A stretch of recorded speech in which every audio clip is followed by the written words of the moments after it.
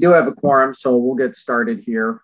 I'm going to call to order the May 10th, 2021 Royal Oak City Commission meeting to order. We're going to begin with a roll call vote. Mayor Mike Fournier here, zooming in. Beautiful, wonderful, vibrant, amazing Royal Oak, Michigan. Commissioner Douglas? Present in Royal Oak. Commissioner Dubak? I am here in Royal Oak. Nicolo? I'm here in that same amazing Royal Oak that the mayor's in. And Commissioner Prush? Here in Royal Oak. All right, wonderful. Well, we do have a quorum, and we have enough to proceed. There's been a request to adjourn to closed session to discuss attorney-client privileged information. Is there a motion to that effect?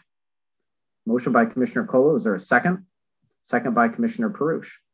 All right, discussion on the motion. All right, I'll call for the vote. I'll start with the motion. Colo? Yes. Perush? Yes. Commissioner Douglas? Yes. Commissioner Dubak? Yes. And I vote yes. Okay, we'll proceed to closed session. For those of you who are tuning in right now, we'll return around to 7:30 and we'll call the regular session meeting back to order. Thank you. Okay, we are ready to go back to the public meeting whenever you are.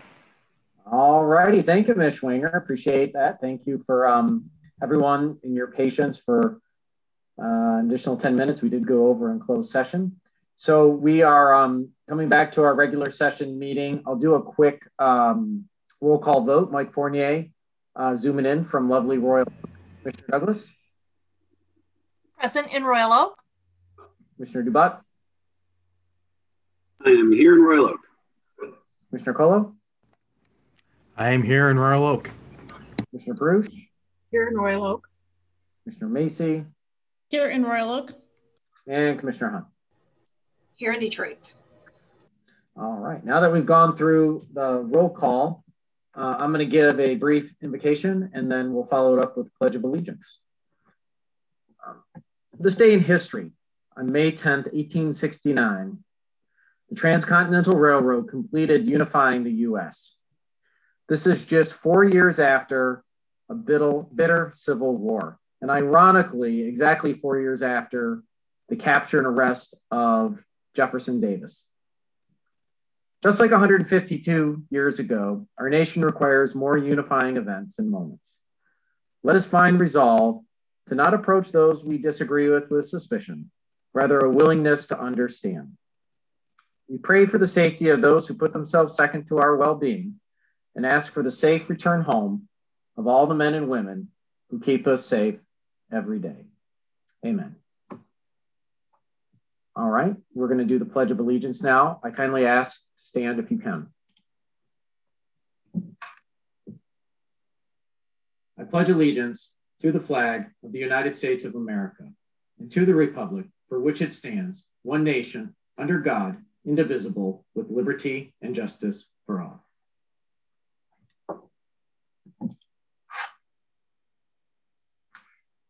Okay. That brings us to item number 8, which is the approval of the agenda. We did have a couple staff requests to add tonight due to some urgency, and I'll ask that be entertained in the motion. Commissioner Macy? Okay, yes, I think I have it queued up here. I'd like to move approval of the agenda with the addition of 2 items. One is a resolution supporting participation in United Way for Southern Michigan's May 21st Day Equity Challenge. I'd like that to be earlier in the agenda if possible, because I think we have someone available to speak on that. And then also a discussion on the budget session times. That can be later in the agenda. Okay. And the suggestion was earlier, we can make that first after the consent agenda. How does that sound, the resolution with United Way? Sounds great, thank you. Okay, so that's clear. Second on that motion? Second by discussion on the agenda. Mr. Mayor? All right. Yes. Just a quick question. Should we send the resolution before public comment tonight? So after the police awards? If we have someone waiting to give a speech on it. Yeah, I think that might be a little bit of a challenge because there's always a chance we could have public comment on this potential resolution.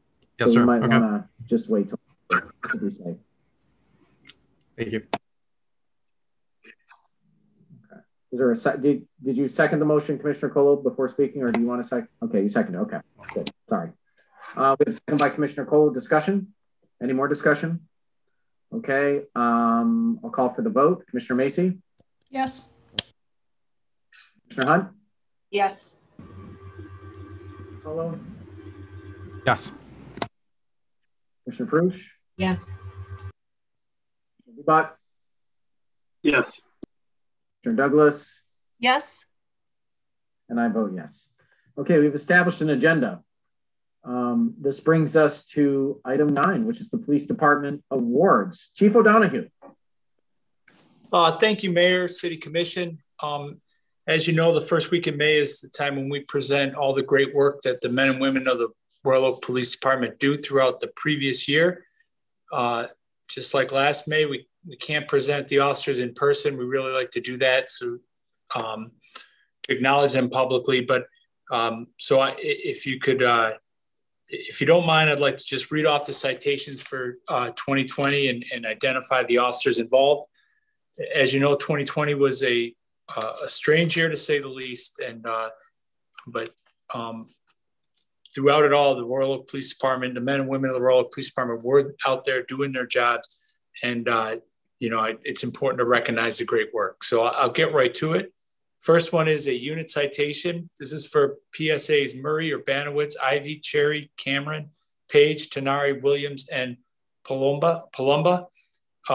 During the past year, we discovered that every single Royal Oak warrant needed to be validated and packed individually to comply with some state requirements. We have thousands of warrants, and that required the PSAs to work together as a team and go through each and every one of these warrants individually. They did that. It was painstaking, monotonous work, very tedious, but they did it all. They did it correctly, and they did it all the while handling all their other responsibilities. So it's not really flashy, but it's really important work, and they did a great job. Second one, I have a certificate of commendation for PSA Murray, as well as letters of recognition for Lieutenant Renault, Sergeant Cusell, Sergeant Manning, Officer Oakes, Officer Dare, Officer Ratliff, Officer Clement, Officer Gusteau, Officer Hodges, Officer Isaacson, Officer Snyder, PSA Williams, and Cadet Hertz. On July 7th, a strong, fast-moving storm ripped through Royal Oak, causing numerous down wires and trees. The storm caused multiple roads to be closed due to high water and trees blocking them. At the time of the emergency calls started coming in, Royal Oak PD, PSA Murray was a lone dispatcher. By herself, she ended up dispatching 125 police runs and 52 fire runs. All the personnel that day did an extraordinary job of handling the calls for service, both inside and outside the communication center and on the road. Everyone worked as a team to make sure all the calls were handled in a timely manner. We have a unit citation for Sergeant Francis, Sergeant Manning, Officer Ratliff, Officer Carr, Officer Hodges, Officer Holston, Officer Love, Officer Clement, and PSA Tenari. On February 10th, officers responded to the apartments at 2540 Rochester on a structure fire. The caller reported a fire in his kitchen that was quickly spreading, engulfing the entire apartment. Officers began to evacuate the tenants in the surrounding apartments as the fire department were setting up their equipment. Several apartments had to be forced open, either with a ram or with officers simply kicking the doors in to ensure all the residents were out safely. At the time the officers were entering apartments, many were filled with smoke. Several officers had minor smoke inhalation during the evacuation process. As a result of this excellent teamwork and courage, the officers were able to ensure that every single resident was able to be removed safely. Next, I have a certificate of commendation for Officers Gusteau and Reese. On September 22nd, Officers Gusteau and Reese were assisting the Wayne County Sheriff's Office, who were following a subject wanted on a dangerous weapons warrant. The subject vehicle had already fled from Royal Oak officers earlier, and the pursuit was terminated. Officers Gusteau and Reese located the wanted vehicle once again and began pursuing it. The suspect eventually abandoned his vehicle, fled on foot, and both officers gave chase. This chase, although it wasn't very long, it was through several yards and across several fences. Eventually, officers caught the suspect holding him at gunpoint. The suspect complied with verbal commands and was being taken into custody without incident. During this, however, an officer from another department erroneously broadcast over the air that shots were fired. Officer Reese quickly assessed the scene and observed that obviously no shots were fired. She quickly corrected that over the radio. This quick thinking really prevented what was a potentially chaotic response from other responding officers. She did a great job of just de-escalating that situation very quickly. Next up, I have a meritorious service for Sergeant Kucel, as well as a certificate of commendations for Officer Steinke, Smith, Officer Steinke and Officer Smith. On December 10th, officers were assisting the Ferndale Police Department on a welfare check of a CSC suspect. While searching the basement, Officer Kucel located the suspect hiding under the basement stairs, holding a gun inside his mouth. Officer Kucel immediately started giving verbal commands for the suspect to drop the gun as the other officers responded to that area of the house. As the officers got to the basement, the suspect actually tucked himself deep under the stairs where that we really couldn't get to the officers, and the officers couldn't get out of the basement. This evolved into an extremely stressful situation with an armed suspect and several officers confined to a small room with the exit compromised. Sergeant Kucel demonstrated great courage and leadership by not only confronting the suspect, but also trying to reason with them. Officer Kucel directed the officers to the basement, made sure everyone had positions of cover, and gave constant updates to dispatch. Kucel's attention to detail and leadership skills led to this stressful incident ending safely. Have a certificate of commendation for Officers Miller and Carr.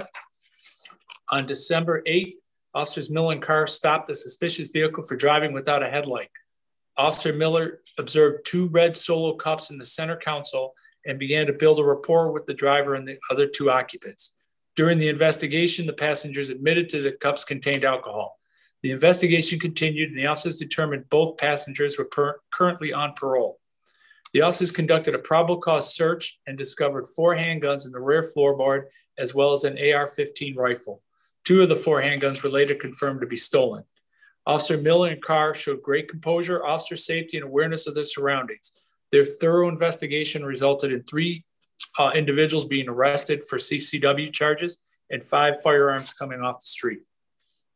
Have a meritorious service for Officer Steitch. On December 19th, Officer Steitch observed a vehicle near 14 Mile and Coolidge that matched a carjacking suspect out of the city of Southfield from the day prior. Officer Steitch initiated a traffic stop and the vehicle began to flee. Officer Steitch remained calm and updated dispatch during the pursuit. The driver eventually bailed out of the vehicle while it was still moving, which had ultimately struck a tree and a large rock. Officer Steitch deployed his K-9 unit Jesse, and they started to pursue the driver on foot. Officer Steitch lost sight of the suspect over a fence and keenly stopped rather than blindly chasing the suspect, and updated dispatch while officers responded to set up a perimeter. Once backup arrived, the K-9 track continued to a home in the area, and the K-9 alerted to an attached garage. Officers opened the door and found the suspect hiding in that garage. Officer Steitch's actions resulted in the apprehension of a carjacking suspect and a dangerous suspect being taken off the street. We have a meritorious service for Officers Isidoric, Bobek, and Sidlowski, and a certificate of commendation for Officers Cherry, Detective Peltier, and Dispatcher Murray. On January 13th, Officer Isidoric, Sidlowski, and Bobek were the primary officers responding to the arrest of 2 well-known felony gang lane members. This is a notorious and dangerous criminal gang that is well known to police. The suspects were in the middle of a crime spree and broke into vehicles in Royal Oak and Troy before being discovered in a Royal Oak supermarket parking lot. Royal Oak officers first responded to investigate 2 reports of a larceny from vehicles in the early morning hours. Both vehicles had their rear windows smashed and a backpack and purse stolen. One of the victim's stolen credit cards was immediately used to purchase gift cards at Myers and Rite Aid. Later in the morning, the suspects struck the Whitechapel Cemetery in Troy, and the suspects fled the area in a white Chevy Blazer with Florida plates. Officer Isidoric, who was very familiar with the felony lane gang, immediately called out likely target areas in Royal Oak where the suspects might strike next. Officer Bobeck acted on this information and located the suspect vehicle in the area of 12 Mile and Stevenson. PSA Murray received the information and began coordinating cars while simultaneously monitoring and communicating with the Troy Police Department. Royal Oak officers set up a perimeter, coordinated an area search. Officers Cherry observed 2 suspects exit and then quickly re-enter the supermarket. The 2 suspects were located within the supermarket and were arrested. Detective Peltier thoroughly investigated this case and was able to identify a 3rd suspect not originally arrested and ultimately obtained a multi-count felony charges on all 3. It is through the officer's quick thinking and diligent effort that these 3 members of the felony lane gang were apprehended. I have a Distinguished Service Award for Lieutenant Spencer. During 2020, Lieutenant Spencer stood out amongst his peers as being one of the very best. He continues to uphold and carry out the mission statement of Royal Oak Police Department and our core values even during this pandemic. During the year, Lieutenant Spencer assumed the role of primary liaison for the construction of our new police station. Lieutenant Spencer has a keen sense of attention to detail and worked tirelessly with the builders to ensure our new facility was the model of efficiency. Lieutenant Spencer also relied on his vast knowledge of computers, technology, and integration to assist in the transition to our new building. His planning and foresight proved to be priceless and lessened the burden for many of our other city departments. He played a key role in coordinating our moving of dispatch and investigative bureaus to neighboring jurisdictions while we moved to the new facility. Lieutenant Spencer's efforts made the transition to our new facility nearly seamless. His dedication to the project became his primary function, but he still managed to keep up his responsibilities leading the professional standards unit. Lieutenant Spencer always comes to work with a positive attitude and meets all his tasks and challenges with an open mind. He has a high level of initiative and a constant dedication to our department, and for that, he's awarded a Distinguished Service Commendation. We have a Meritorious Service Award for Officers DeSano, Steers, and Sergeant Tyson, and a Certificate of Commendation for Sergeants Platt, Sergeant Brown, Officers Hendrenos, Moran, Nadrowski, Gusteau, Smith, and Thalen. On June 26, Royal Oak officers responded to a stabbing incident. The victim reported he and another friend had just been stabbed by a suspect who had barricaded himself in his apartment. Upon arrival, the two victims were removed from the area and treated for their injuries. After all verbal commands were ignored at the door, Officer Steers forced open the door and entered the apartment. Steers and DeSano found the suspect in his shower, where he became verbally abusive and resisted officers' attempts to take him into custody. The naked suspect intentionally defecated on Officers Steers and DeSano as they were securing him in handcuffs. The suspect continued to be aggressive towards officers, kicking and spitting at them. As he was being escorted out of the apartment, the suspect attempted to launch himself off the second floor balcony, but for the quick thinking of Sergeant Tyson, he prevented him from hurting himself. The suspect then tried to intentionally throw himself down the stairs, all the while continued to kick at officers. Throughout the incident, the suspect was spitting on and coughing on officers. The suspect made claims he was intentionally trying to infect officers with HIV and COVID-19. Once the suspect was in the jail cell, he removed his spit mask and tied it around his neck in an attempt to commit suicide. Officer DeSano went into the jail with the aggressive suspect to remove the spit mask from his neck. The suspect put the mask in the toilet and threw it at DeSano, hitting him in the face. The suspect continued to be aggressive and resist officers as they were attempting to transport him to the hospital for treatment. Officers Steers, DeSano, and Sergeant Tyson put themselves in danger, endured a tremendous amount of abuse, and showed incredible restraint in apprehending a dangerous suspect who had just stabbed 2 people.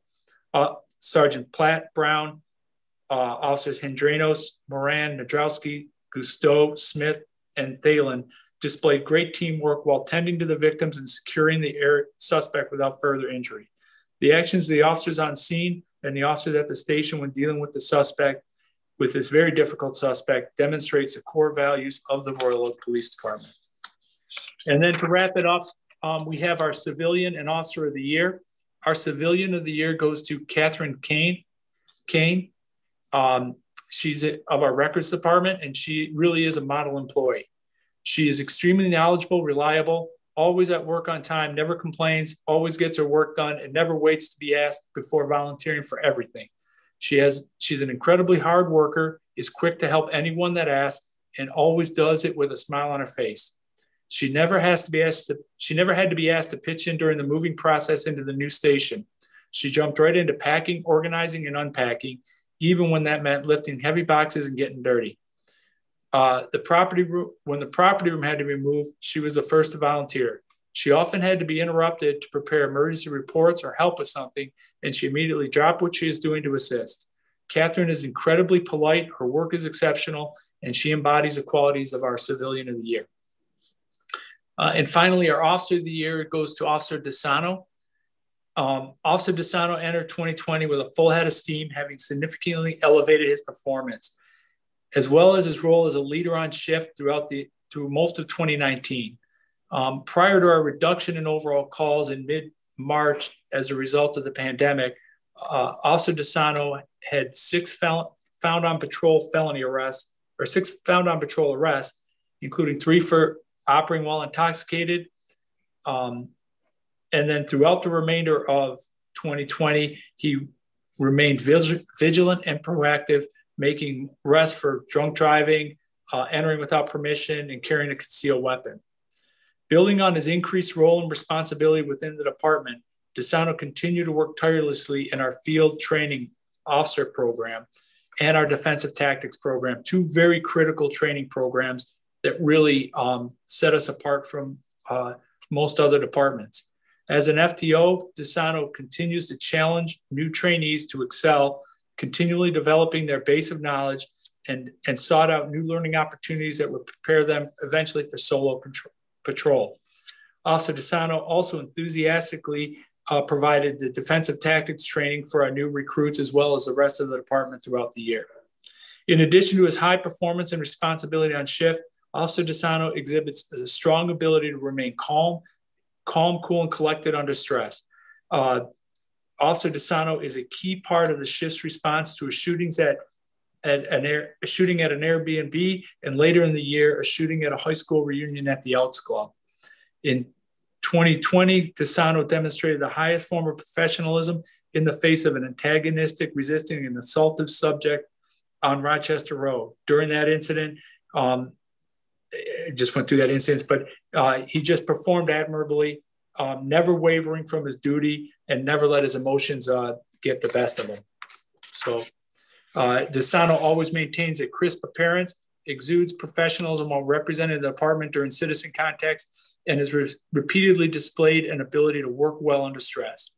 His high performance, increased roles and responsibilities, and his role as an informal leader within the department has a positive effect on the department as a whole, and is in keeping with our core values. So Mayor and City Commission, those are our awards for the year, and I thank you for the opportunity to share them with you. Thank you, Chief O'Donoghue. And congratulations to all of the members of our police department that were recognized tonight. And a special congratulations to Ms. Kane and Officer DeSano for their special recognition for Civilian of the Year and Officer of the Year. I mean, certainly we saw a broad range of, from cleaning up, which is a very important task, warrants, all the way to, managing a very unruly, dangerous, and, hygienically compromised suspect in a way with great professional care and standard. And I mean, I think it speaks volumes to the Royal Oak Police Department. Even though 2020 was supposed to be a somewhat quieter year for calls, it doesn't mean that we don't get crazy calls. Those certainly continue, and that our officers clearly didn't take their eye off the ball, their foot off the pedal. They continued to act with great concern for safety of the community, of those that they have to interact with, suspects, and didn't let the pandemic interfere with their professional standards and their genuine compassion for our community members, both folks that are affected by crime and those, unfortunately, that commit crime. So hats off. And sadly, we can't do it in person because certainly there would be a very loud applause right now for their efforts. And so we're very grateful for their leadership. And, I think we can speak on behalf of all the citizens of Royal Oak when we express our gratitude. Thank you, Chief O'Donoghue.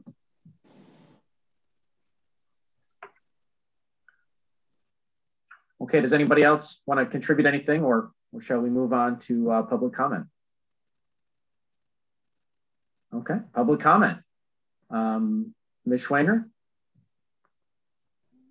Good evening, Mayor Fournier, members of the City Commission. This evening, we have 19 calls, and I will be sharing my screen, and I remind everyone to turn the volume up on your computer.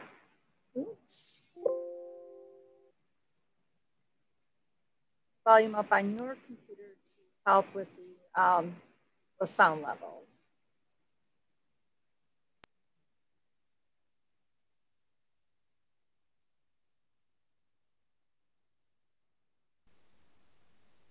Hello, my name is John Goletka.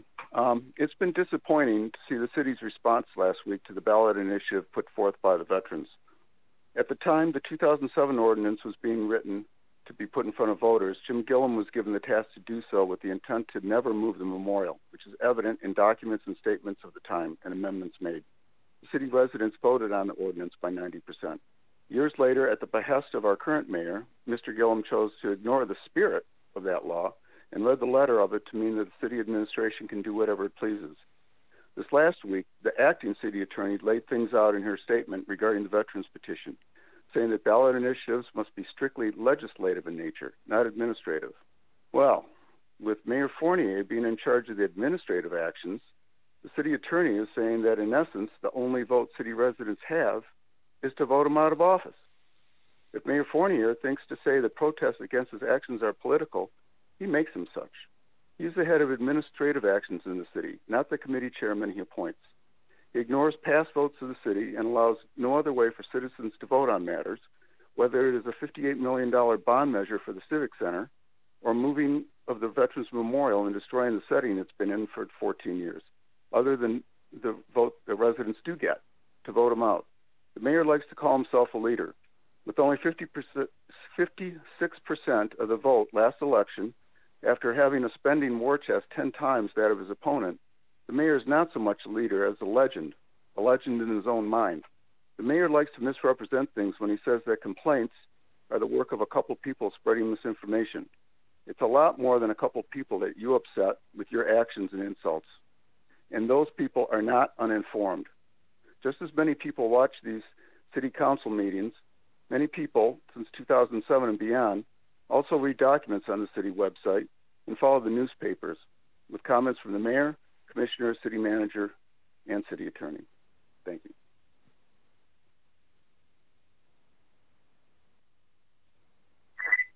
This is Bill Harrison, 2729 Trafford in Royal Oak.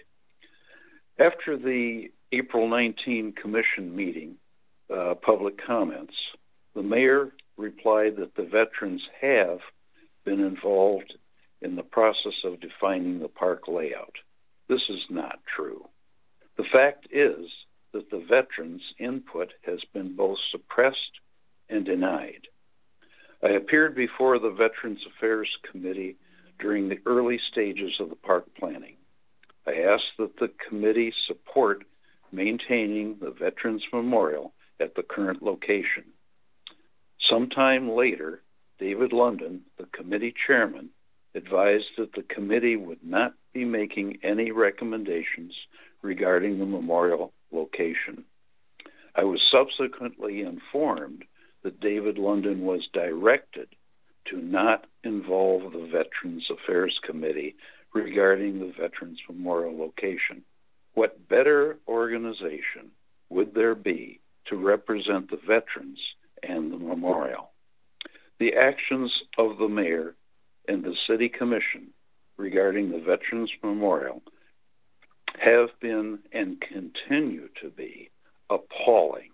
Furthermore, your heavy-handed, dictatorial, partisan approach to many other issues confronting the city are very disturbing.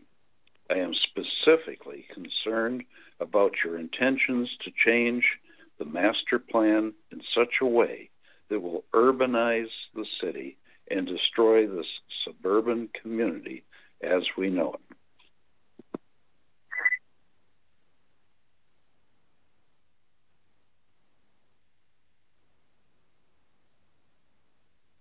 Hi, my name is Karen Hose. My family have been in World War I and World War II, and please vote yes and support the veteran-sponsored ballot initiative. We need the Royal Oak Veterans War Memorial where people can actually see it, like where it is now, and have services at Veterans Day and Memorial Day with seating for our veterans. We need something in this big city for our veterans, and the War Memorial, as it is now, is wonderful. People can see it. They can read the different plaques and stuff, and it means so much to all of our veterans, whether they were Vietnam veterans or Afghanistan veterans. We need something for our veterans. Please vote yes to support the ballot in November. We need to keep our memorial as it is. Thank you.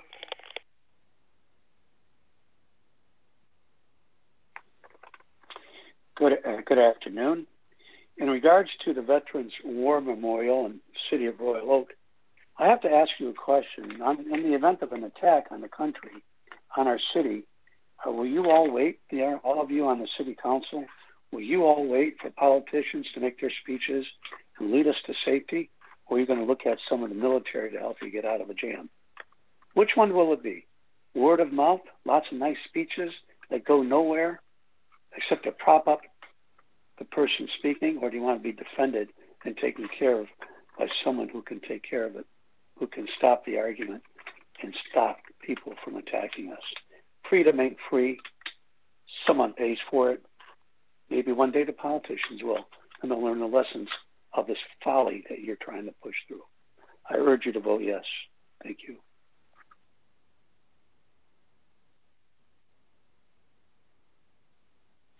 My name is Dr. Michael Lewis. I live at 1009 South Washington Avenue. I'm calling about the proposed building next door at 1003 South Washington Avenue. As planned, the proposed garage is right next to ours, and I'm somewhat worried that cars waiting to use the elevator to get in or out of the garage will block their entrance or exit. Besides the nuisance and hassle of having to wait, I am afraid that if there's an emergency at the hospital, precious time will be wasted while I wait to get out. I think this is grossly unfair. There are 4 other physicians in the building, and the same thing may happen to them. If the entrance is not moved to Hudson Street, then I propose that the street area in front of our garage be painted so no one is allowed to stop in that area, so residents and employees of the State Farm are able to drive in and out, as well as the physicians and the etc. Thank you for your time. Deepest appreciation. Michael Lewis, 1009 South Washington Avenue, 313-622-6396. Thank you.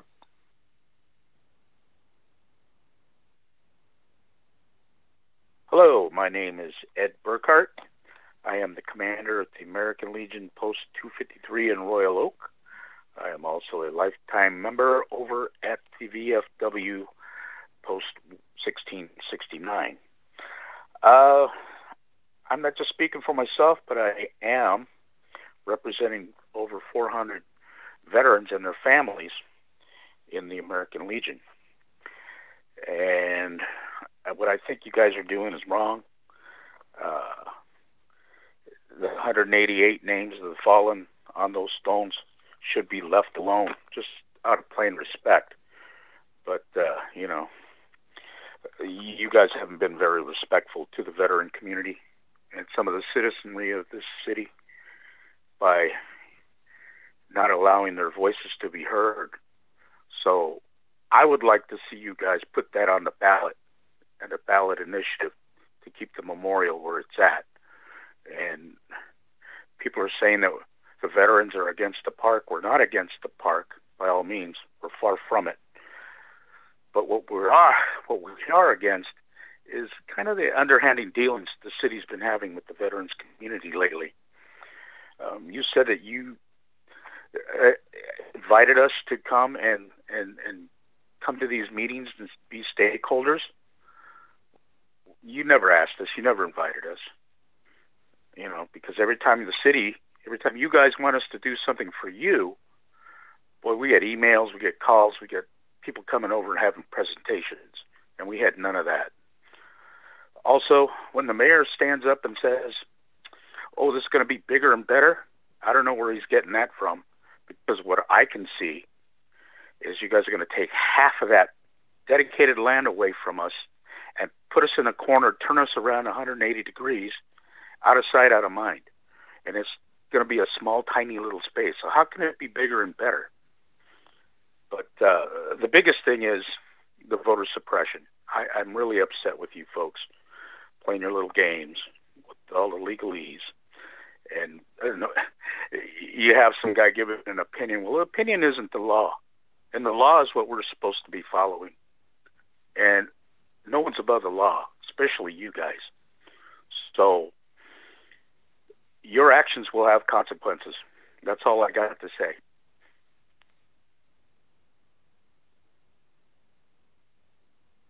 Dr. Wallace Anderson, 404 Mount Vernon Boulevard. I have seen the city clerk's letter certifying the petition about placing a Veterans War Memorial Ordinance on the November 2nd ballot. I've also seen the interim city attorney's subsequent memorandum calling the proposed ordinance legally insufficient and denying its placement on the November 2nd ballot. In its attempt to sidestep a veteran-sponsored ballot proposal and deny taxpayers the opportunity to vote on protecting and preserving the Veterans War Memorial, such legal maneuvering is an almost classic example of voter suppression. The city charter requires the commission to either vote on the proposed ordinance or place it on the ballot if a sufficient number of qualified signatures appear on the petitions.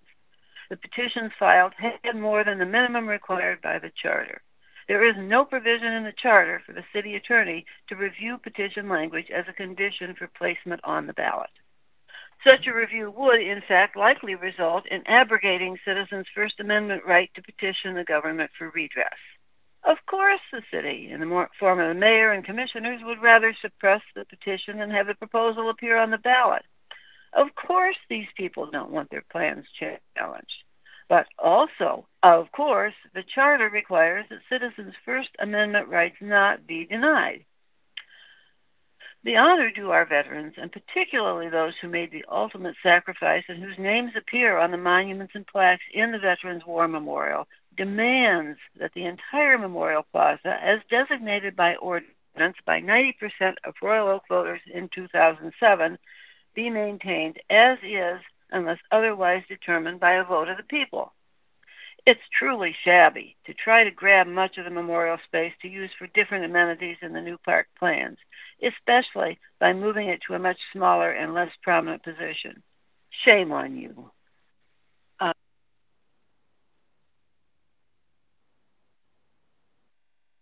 Hi, my name is Judy Lewis, and I live at 1009 South Washington Avenue. I'm calling about the building next door at 1003 South Washington Avenue. If the proposed garage is right next to ours, I'm afraid that cars waiting for use of the elevator to get in and out of the garage will block our entrance exit. It will be a complete hassle for the tenants and could be a major hazard. I'm asking again to please move the garage entrance to Harrison Street where there will be no backup. I don't want it to be like it is at Starbucks on Woodward. If not, please then consider the street area in front of our garage to be painted so no one is allowed to stop in that area so residents and employees of the State Farm are able to drive in and out. Thank you and have a great day.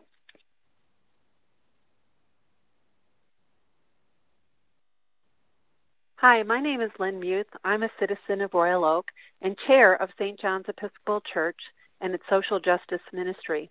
We're interested in transparency in our public safety, and we learned that Oakland County has made available an easier way to access law enforcement interactions through a dashboard which local law enforcement agencies can make available on their websites. In partnership with Clemis and ARC's community, this tool will feature information on citations, arrests, and calls for service. Users can look at detailed information on the arrest trends, including a breakdown of age, race, and gender, which we feel is very important in terms of building trust in our public safety, and it's also free for the first 2 years. We care that people are treated fairly in our community, and without data on these stops, citations, and arrests, it's hard to know how policing is working in Royal Oak. Other communities such as Ferndale, Novi, Southfield, and Hazel Park are using this dashboard today, and we'd like our community to be on board. Certainly the risks our community faces are great without fair and just policing, and building trust is very important at this time. And I'd like to know if we're taking advantage of this new resource and how we can be helpful in getting it for Royal Oak. I'd also like the City Council with the police chief and perhaps the community to be involved in looking at this dashboard, what's on it, maybe what's missing, and determine what's important to ensure that our community is safe and just for all people visiting and living in our city. And I'd like feedback when this review will be made. Thank you for your consideration on this matter. Bye.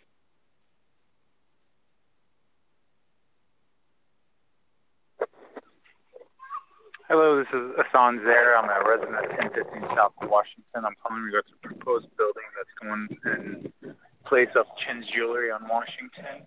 The one concern I have is that I am a physician along with 4 other people in our complex, and we frequently have emergencies where we have to go in and out of the building. My only concern is that the proposed garage for the new building is abuts our entrance, and with them having an elevator for the entry and exit, I know there's going to be prolonged waiting time for them, and they may block us in. Our proposal is to have them move the garage entrance to Hudson Avenue for better control of traffic. Thank you very much. My number is 316-393-3818. Thank you.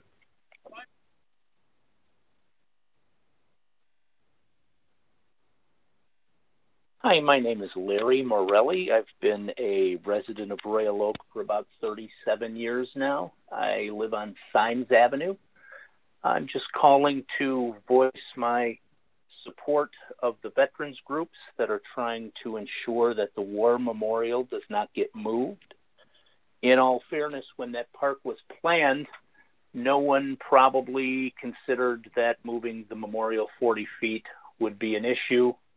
But now you know that it offends the people we should be the most worried about offending, the veterans themselves. I think this is an easy problem to fix. Simply don't move the memorial. Creative, smart people, leaders should be able to solve this problem easily. You're all politicians. Politicians get a bad rap these days. I don't think anybody come re-election time is going to be offended when they're looking at your name on that ballot and say, this is the person who chose not to offend our veterans. I think it's an easy choice to make. That park's not built yet. Redesign it. Seems to me to be an easy choice. I hope you choose to honor the veterans' wishes. They are not respected in this country as they should be, like many other groups that aren't respected. Unfortunately, but this is easy. Don't move the memorial. Keep the veterans on your side, and have a great day. Bye-bye.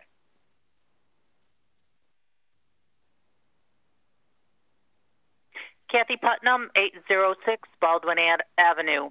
I am the proud daughter of a veteran. My parents lived in Royal Oak for over 60 years. My dad proudly served in the Army. He was also a member of the American Legion Frank Wendland Post and served as Sergeant at Arms. He, as long as he was able, participated in every Veterans Day ceremony in Royal Oak to honor those who served. He would be appalled at the direction this commission is taking to not honor veterans by moving the memorial and not following the city charter or listening to the citizens of the community. Ignoring the petitions and your community is reprehensible.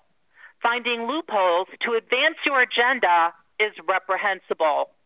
Finding ways to dishonor and disrespect veterans is reprehensible. Just moving at 40 feet is dishonoring veterans. Just moving at 40 feet is dishonoring citizens. Just moving at 40 feet is disrespecting veterans. Just moving at 40 feet is disrespecting citizens. All of you need to follow the will of the people and follow the city charter. Put the proposed ordinance to not move the memorial on the ballot in November.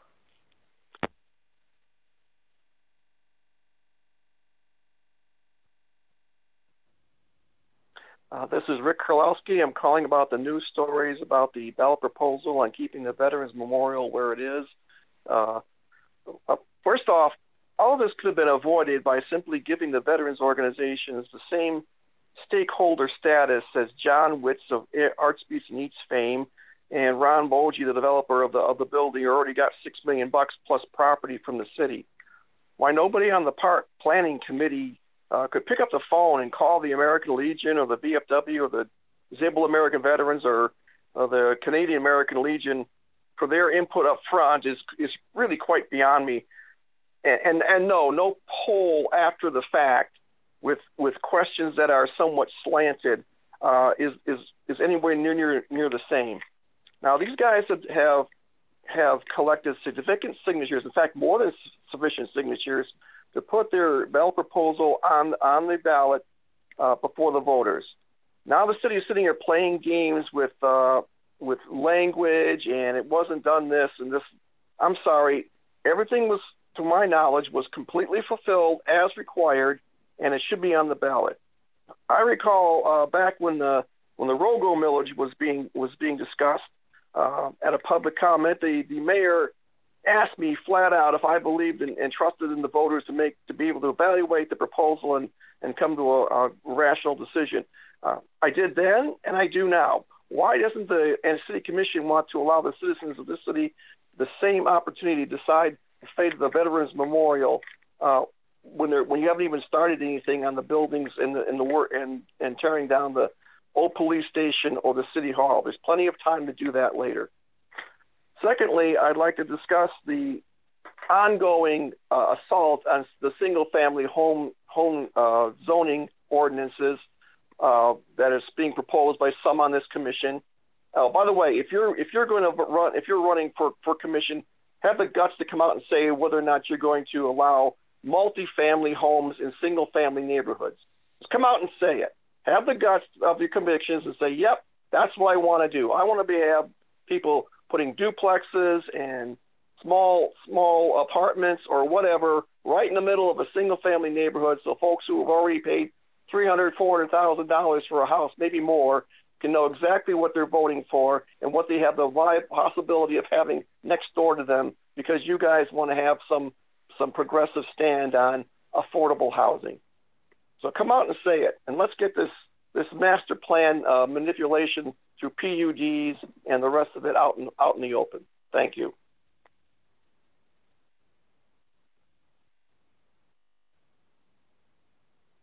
Hi, my name is Carol Mayhorter, and I live at 200 Linden Avenue. And I have some comments regarding, number one, the dog license application.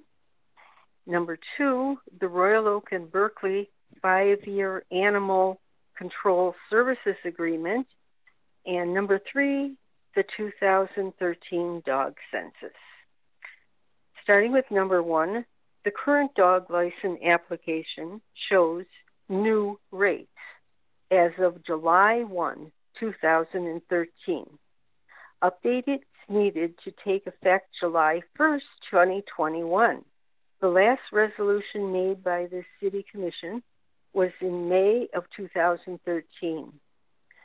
Number 2, the Royal Oak and Berkeley 5-year Animal Control Services Agreement was made on 5/9/2018.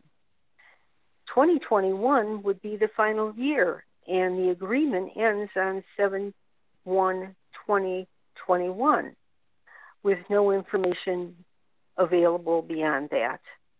And number 3 is the 2013 Royal Oak undertook a door-to-door dog census. Results showed 23,000 dogs in Royal Oak, with a city estimate. In 2020, I observed more residents walking dogs.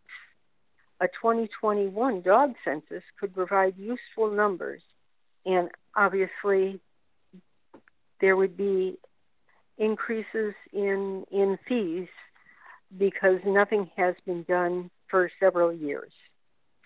Thank you for listening.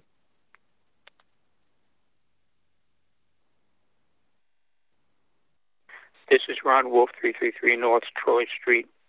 I'd like to make a comment. I am appalled at the actions of the commission. The people need to know the truth, why the memorial is going to be moved. It's going to be moved to allow open carry literally open carry alcohol 7 days a week at the behest of the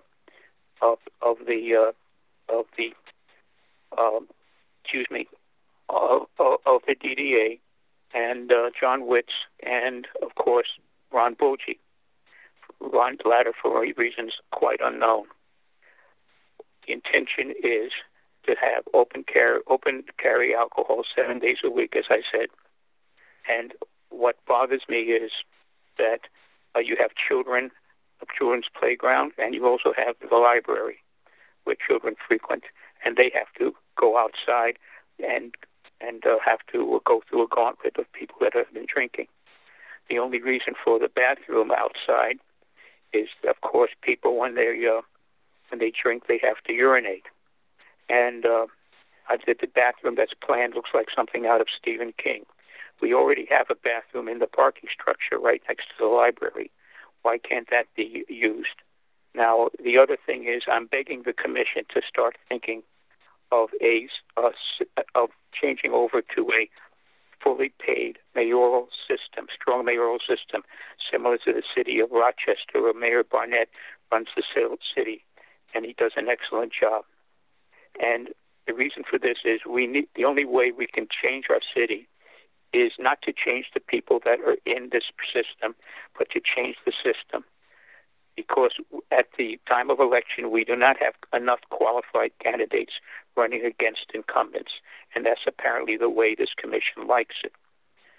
So it ends up with just a baton pass for shills for special interests.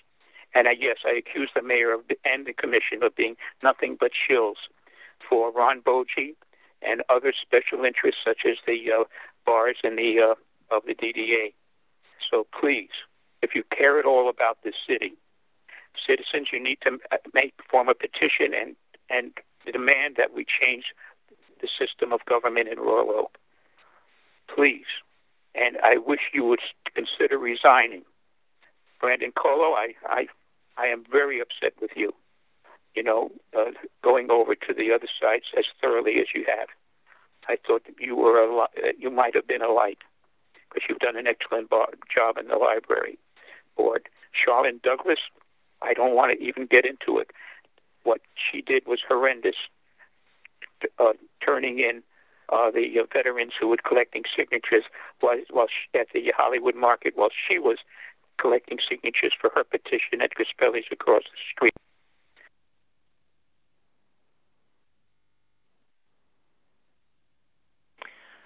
Hello, this is Erica Sykes. I'm a longtime Royal Oak resident, and I'm calling tonight in regards to the veterans petition. It was wrong for you to ignore Ordinance 156 that required you to ask the citizens via a popular vote if they wanted to change the use of the dedicated land that the memorial sits on. and diminish the significance and importance of our Veterans War Memorial. And it's wrong for you now to continue to suppress citizens' right to petition their government for redress by denying the veteran-sponsored petition, which has not only met but exceeded the city charter requirements to place their proposed ordinance on the ballot. You need to perform your legal duty and follow our city charter and either vote to accept the veteran-sponsored proposed ordinance or place it on the November ballot, which would allow voters the opportunity to decide the fate of our Veterans War Memorial and not a small body of political appointees and politicians. If you had done what you were supposed to do and followed our existing ordinance number 156, veterans would not have been forced to take action and ask you to do what the existing ordinance requires of you. Veterans collected the required number of signatures to place the proposed ordinance on the ballot per our city charter, and now it's your turn. You need to follow the city charter, perform your legal duty, and vote on the veterans petition. Stop suppressing Royal Oak residents' right to vote on this issue. Thank you.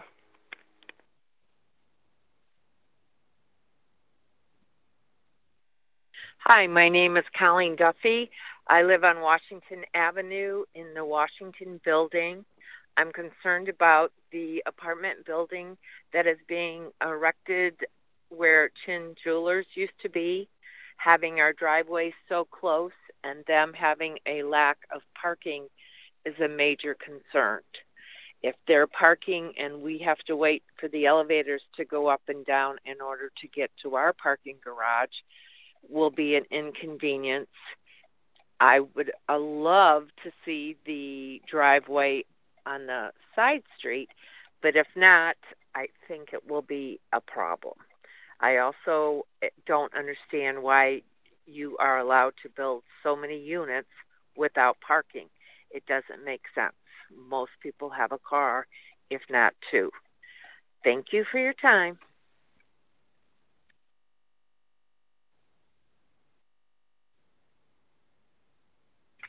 Yes, my name is Kurt Schottenheimer. I live in the Washington in the Washington development on Washington Street, and I just I got a concern. I understand that where the jewelry store is going to become residential, and with insignificant parking, and I mean, it's just inadequate, obviously. And again, I don't understand why that you would allow them to do something inappropriate for that area. Obviously, there's going to be problems. People are going to try to park on the streets when they're not allowed to do it overnight. They're going to try to park in in the Washington building, and again, we're going to have a problem. And again, I can't understand why you're going to allow that to happen. I have no problems if somebody wants to build something there, but let's do it the right way. Thank you very much for your time. I appreciate it.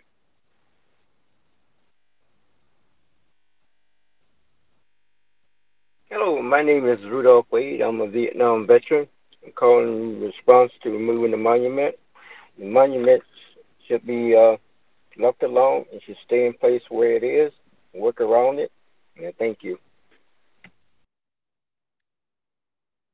Mayor Fournier, members of the City Commission, that completes the public comment call-in for this evening's meeting. Thank you, Ms. Schwinger. And I'll take a little narrow privilege here. I just had a few questions, Mr. Brake, Ms. McLaughlin, just about some of the things we heard at public comment. It sounds like there are still some things out there that don't really align with the facts that we understand. And I just want to take this opportunity for clarity just to ask a few questions from public comment pertaining to the city's Veterans War Monument. First question I just kind of listed here. I just want to make sure, surprise to me, am I the mayor in charge of administrative functions as mayor? No, I'm pretty sure it's yeah. Go ahead. Under the city charter and city ordinance, the city manager is in charge of the city administration. Your job as the mayor, you are the chief executive officer of the city, but the city administration is under the charge of the city manager who answers to the commission. Right in the charter. Okay. So if I were to take that administrative role, I'd be violating the charter. Yes, Your Honor. Okay. A few things here. Has the clerk certified the petition that had been circulated by some petitioners? Has that? I mean, I know I hear there's all these signatures, but has it been certified? No, it has not. Okay. Can the city commission take any action without a certification coming from the clerk's office? Not according to the initiative process set forth by the city charter. There must be a certificate by the city clerk that the ballot proposal is legally sufficient. And then the commission has a responsibility to act or not within the certain amount of time specified by the charter. So if we as a body here wanted to say, hey, you know what, we're just going to bypass everything and put this to the voters, that in effect would be violating the charter. Yes, that's correct. Okay. There's been some questions about, some of the legal response that you provided that kind of outlines why, the ballot initiative isn't sufficient. I mean, is that really legal maneuvering, loopholes, or technicalities, or can you shed a little bit more light? This is really pertaining to pretty specific state law backed up by case law, and this isn't something unique to Royal Oak. I mean, this has been seen elsewhere in the state of Michigan where things like this have happened before, correct? Yes, of course. The city clerk, when she received the petition, the first round, I believe, was referred to my office for review of the language of the petition as well as the proposed ordinance. And my analysis was based on the city charter, and the state election law, as well as other statutes that bear on that question, including, possibly not limited to, the Home Rule City Act, which governs city local ballot initiatives and what those ballot initiatives may consist of legally under state law. And that was the review that I undertook. There were no legal loopholes. There was no preordained conclusion. The analysis came completely upon the evaluation of the face of the petition, the language in the petition, whether it met the requirements of state law. And then there are other infirmities, I believe, with the content of the ordinance itself, but those were not completely addressed in my letter of May 4th. I simply addressed the petition itself with the exception of two constitutional provisions that I believe that the proposed ordinance would violate if it were passed. And just with there still seems to be some confusion about, the city commission somehow violating the ordinance that voters put in place some time ago about the location of the monument. However, I think our previous city attorney and our current city attorney, among others, and our former city attorney actually wrote the ordinance, has stated that, that's not the case. The location, it's the Holman Plaza, Barbara Holman Plaza, that it can be maneuvered in. So, which is weird because the petition, the way at least I read it when I saw a copy of it, is not challenging, a violation of something that's alleged, but it's actually rewriting the ordinance to make that happen. So you can't have it both ways. Am I confused, or am I, just maybe misunderstanding something? I guess I don't understand completely the argument that we're violating the current ordinance that voters put in place, yet there's a petition in front of us to establish and change an ordinance to accommodate the thing that apparently is alleged that we violated. So I mean, basically the question I'm asking is, the ordinance, the city has not violated its ordinance by repositioning its monument, 40 feet. No, there's no violation. The description of the location of the war memorial that is located in Ordinance 156 designates that area, and both the current location of the war memorial and the proposed new location are within that legal description that is actually codified in the ordinance. And then a couple other questions. I don't know if Mr. Brake or Ms. McLaughlin can answer this, but who does the Royal Oak War Monument belong to?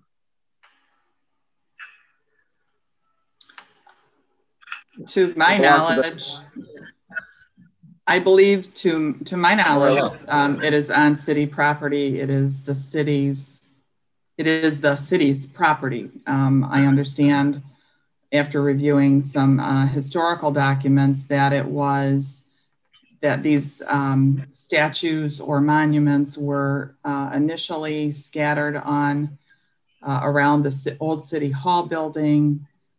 Then they were compiled together and put in what I believe was the old municipal parking lot. And then at some point I believe in 2007 is when they were moved, it was moved to the current location. But all of those properties were city properties, and the initiative to move them was undertaken by the city of Royal Oak. That is my understanding as well, that there's not a private interest.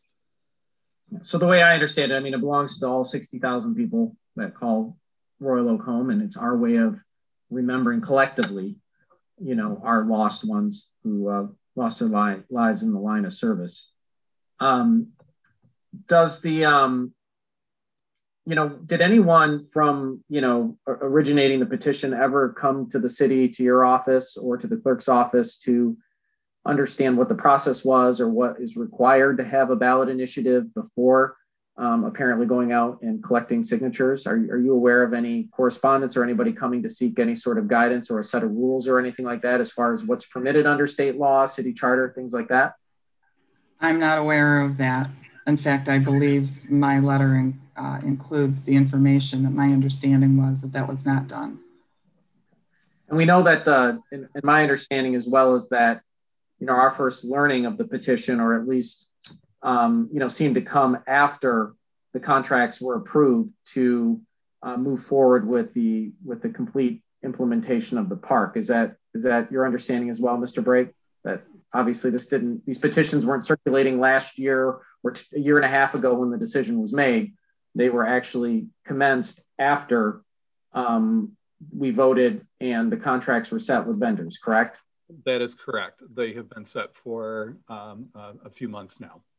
Okay, and that, you know, certainly causes an issue because I imagine if you stop, I mean, we heard a lot of comments, and I understand people's initial instinct. Well, if you haven't started, which we actually have started construction of the park, and believe it or not, the park has been under construction, just certain things haven't, you know, been done completely.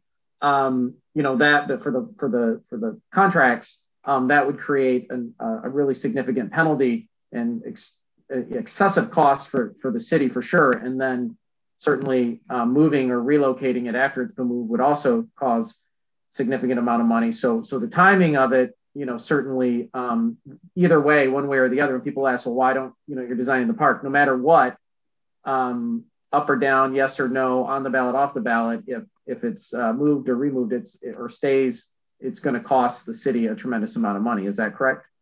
That is correct. So during a stoppage that we would have to pay the contractor during that time, we'd have to renegotiate a new package and a change order, what's called in the world of construction contracting, that would increase our costs significantly. And so that has not been calculated out. Keep in mind, the design was originally approved January of 2020, not of this year, but of the previous year. So those construction designs leading up to that, the designers were working off of that approval that was given by the city commission. So it's not just simply, you know, draw up some new plans. No, that takes a considerable amount of time. There's no way that this park will be completed within our centennial, and hence the name Centennial Commons. of the park.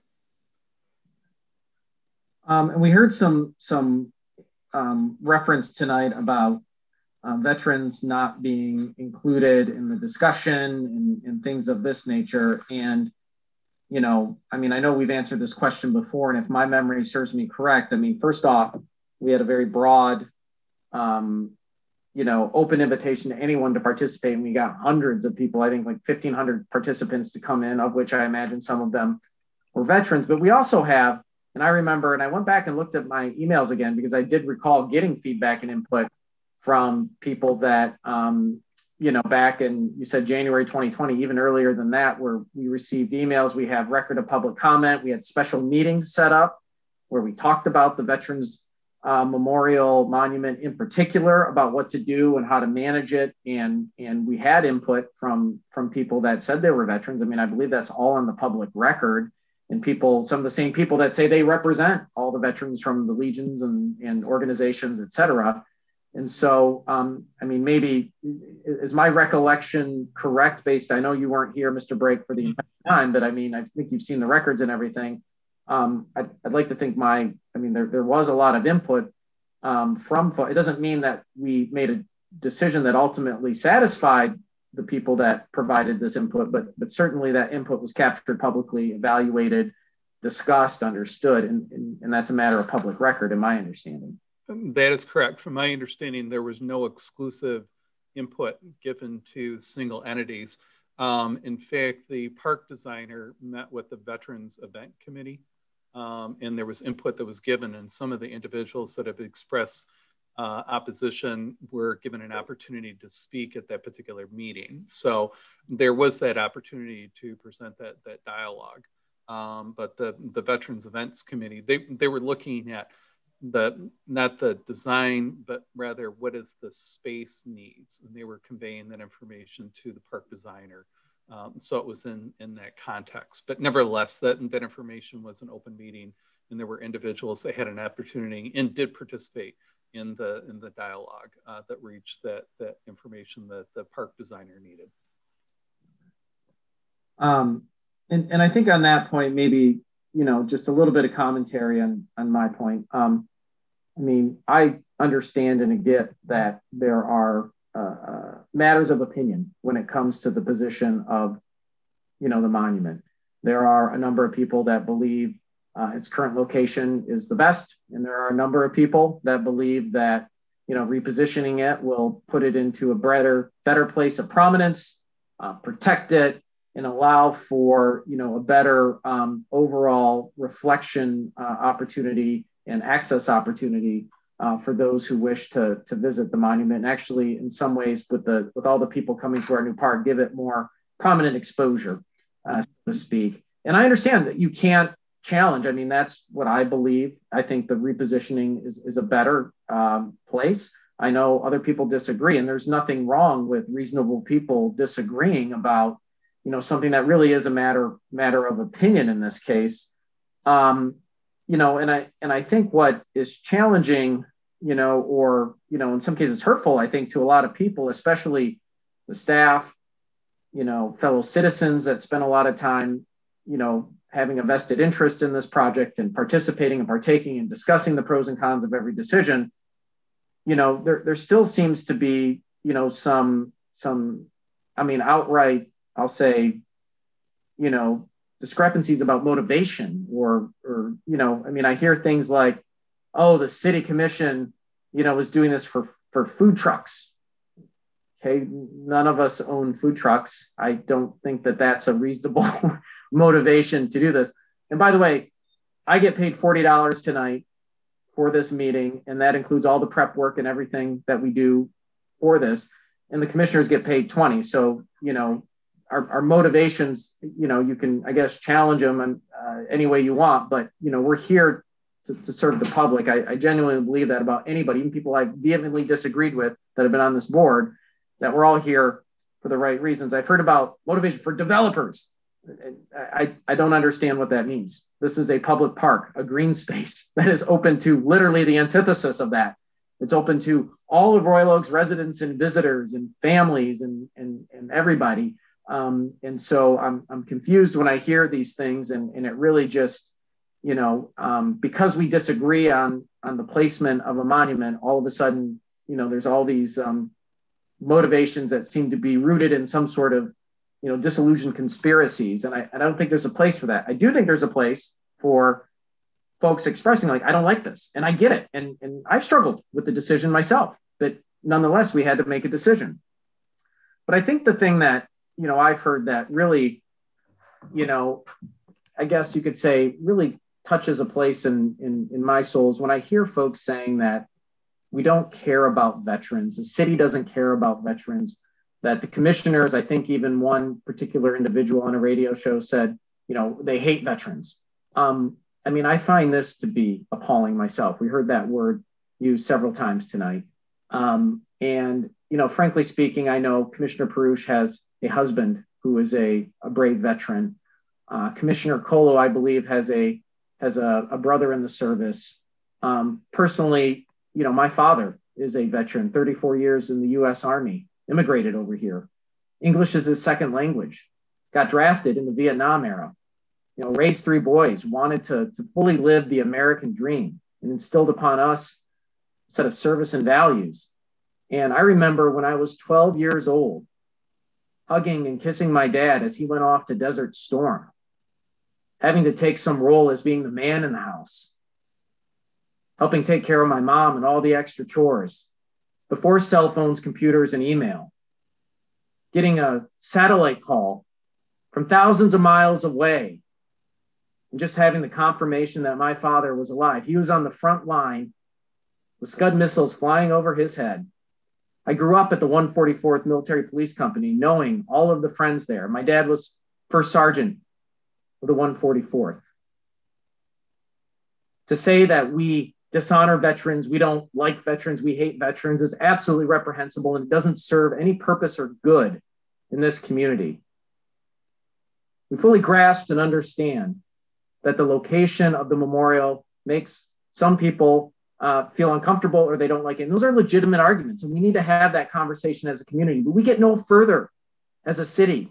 We get no further as a community when we make such outlandish claims against each other.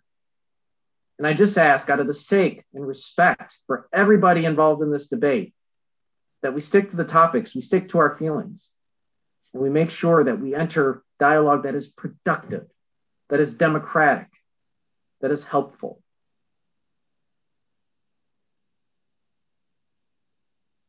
I think that we've spent a lot of time here tonight trying to answer, or at least I have, a number of these questions that came up.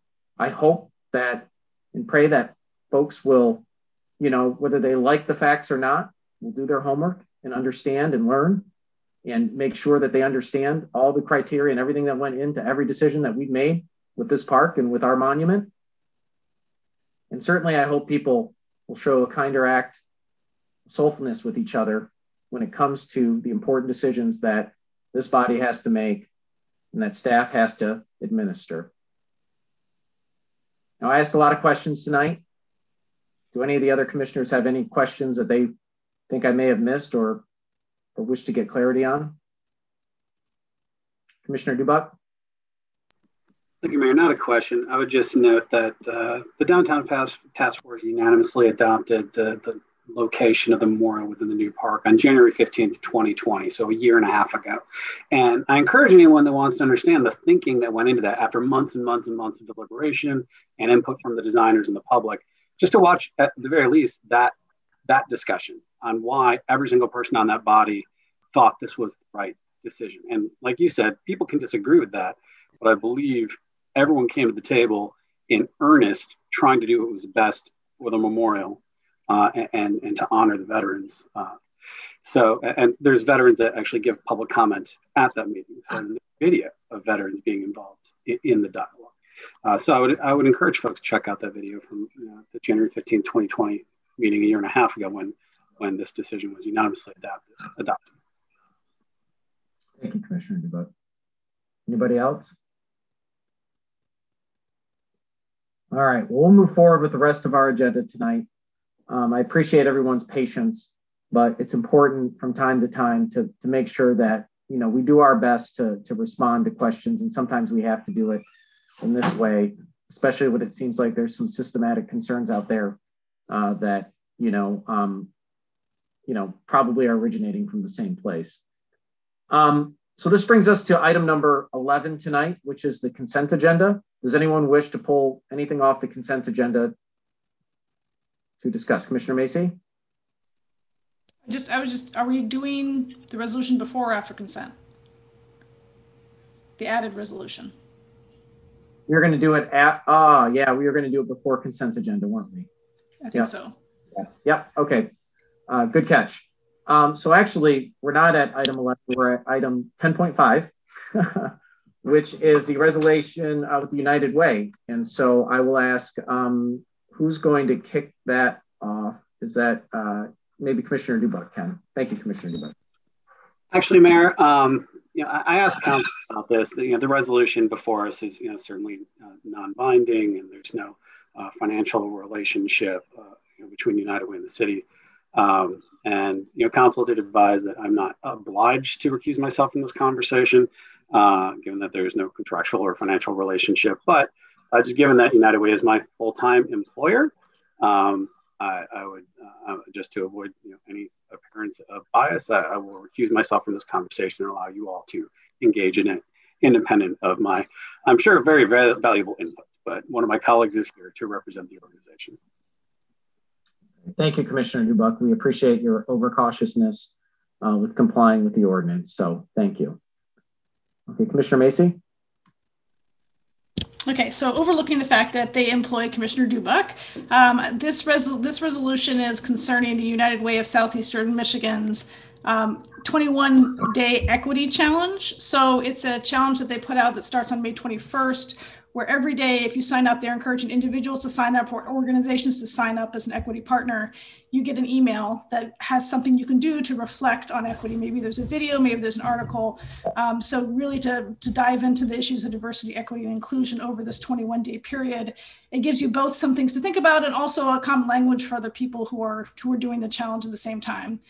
So this is a resolution supporting Royal Oakers looking into this challenge and signing up if they see fit, and encouraging also the Royal Oak City employees to take time out of their day to do during this 21 days to spend 15 minutes really diving into these issues. So we have, I don't know if you want me to read it first or if you want Andre to speak. So we have today here Andre Ebron, who's the Senior Director of Diversity, Equity, and Inclusion for the United Way of Southeastern Michigan. So I'm happy to read it or pass it to him, whatever you like. Well, first, let me welcome Mr. Ebron. Thank you for taking time out of your schedule tonight to be with us. Typically, what we do is we'll have Commissioner Macy read the resolution, and then if you're so willing, we would be so blessed to have you offer your thoughts and comments and inspiration after the resolution is read to the public, if that's okay. Definitely. Thank you very much. Thank you. Commissioner Macy, can you kick us off by reading it, and then we'll hand it over to Mr. Ebron. Okay, this is the resolution supporting participation in the United Way for Southeastern Michigan's 21-day equity challenge. Whereas the City of Royal Oak stands firmly against racism and discrimination in all forms, and whereas progress requires that we openly talk about, challenge, and confront racism, sexism, and inequity as a community. And whereas there is a long history of racism, discrimination, and segregation within our region, which has adversely impacted economic outcomes, particularly for communities of color. And whereas we unequivocally declare that an injustice to one is an injustice to all, and are committed as a community to deconstructing and putting an end to injustice, inequity, and violence. And whereas we believe local government must play a vital role in dismantling the systemic racism and institutional biases that marginalize members of our community. And whereas, as a city commission, we value every community member and are committed to creating an equitable and anti-racist system that honors and elevates all. And whereas we believe that we must seize this moment to provide ourselves, city staff, and our community the necessary time and resources to facilitate discussions of race, inequity, and privilege to foster a better understanding of our full history and our collective humanity. Now, therefore, be it resolved, the City of Royal Oak recognizes the United Way for Southeastern Michigan's 21-day equity challenge as an important opportunity to expand our knowledge and understanding of the historic and persistent inequities that play a role in our social and economic landscape here in Southeastern Michigan. And be it further resolved, the City of Royal Oak will sign on in support of the event as an official equity partner and encourages all municipal staff and members of the community to participate in the 21-day equity challenge to deepen our shared understanding of and develop our willingness to confront racism, sexism, and other forms of inequity and inequality in our community. Thank you, Commissioner Macy. Mr. Ebron, once again, thank you so much for being here this evening, and certainly powerful words and powerful resolve in that solution. I'm going to hand over the floor to you, sir, and allow you to make some comments here. Okay, thank you very much. First of all, I want to say thank you all for making the decision to stand against inequity, racism, or any type of injustice in any way. I think it starts with the decision, and this is why it's important. So to Commissioner Macy, thank you so much for going over and detailing how the 21-day challenge, much like any other healthy habit, takes 21 days to form. So we're challenging you to exercise, to grow, and to develop your equity muscle, or to begin to adjust your equity lens. You know, from our respective communities, our communities either do one or two things. They either insulate us and isolate us from the lived experiences of other people that are literally a stone throw away. And so this challenge is to not bring upon any type of layers of feeling insecure or guilty about where you are, but it's literally starting where you are, developing a plan based upon the information that will be shared with you daily, and then growing your lens, engaging in these conversations that, as you say, would be productive to our growth, that are conducive to where we desire to be, where we desire to grow, and quite frankly, the necessity of confronting those things that have traditionally marginalized entire communities. So some of the topics that will be covered are personal, racial, and social identity, bias and privilege, race relations in the history of Metro Detroit, racism and inequity, housing, healthcare, childcare and education, gender, LGBTQIA+ community, and disability and inequity. This is what we want to do. We want to build better allies. And when this plan was developed, listen, cross-sectionally and cross-functionally across United Way's team. So first, let me say, from Dr. Darian Hudson, who is our president and CEO, we bring you all greetings to every Royal Oaker out there. And we would like to begin to partner with you in major ways that will bring systemic change. And so that is what our goal is. That is what we endeavor to do. Throughout the 21 days, there will be roundtable discussions where we can talk open, honestly, and transparently about where we are without judgment, without critique, without being afraid to have those challenging conversations. And here's why you should participate. Over the last 2 years, a year and a half or so, the COVID-19 pandemic, coupled with rising political and racial tensions, have brought about the glaring inequities that exist. I mean, if you've read the Alice Report, you know, the Alice Report dates back to 2019. And now, you know, because of COVID, those inequity gaps have grown substantially. And you can play a major part. And this is what we do. There's a song that say, sweep around your own front door. And so when we begin to start at our own homes, have conversations with our own families, engage those that we love, care for, and support, and then begin to challenge our belief system. And if they in any way disenfranchise or inequitable, begin to hold each other accountable. So it's accountability, it's awareness, and then it's change. We are literally shifting hearts, minds, and behaviors based upon exposing our communities to quality information. And with that information, that leads you to the decision that Royal Oak made tonight, and that's to resolve it, to bring it to a resolution and a beginning point to bring change. So again, to you all that are listening, thank you so much for the opportunity to share this important work that is occurring at the United Way of Southeastern Michigan. Thank you, Mr. Ebron. What a powerful message. We're very grateful for you to deliver that. And certainly I can tell you, you know, I mean, from an awareness point of view, I feel like a lot of times we just kind of get held in that one area. And what I find great about this and this approach is that it's a challenge. You know what I mean? It's opening up the door. It's putting us and everybody in our community to task. It's not just saying, you know, this is what you need to be aware of. how do you go from awareness to, like you said it, to change?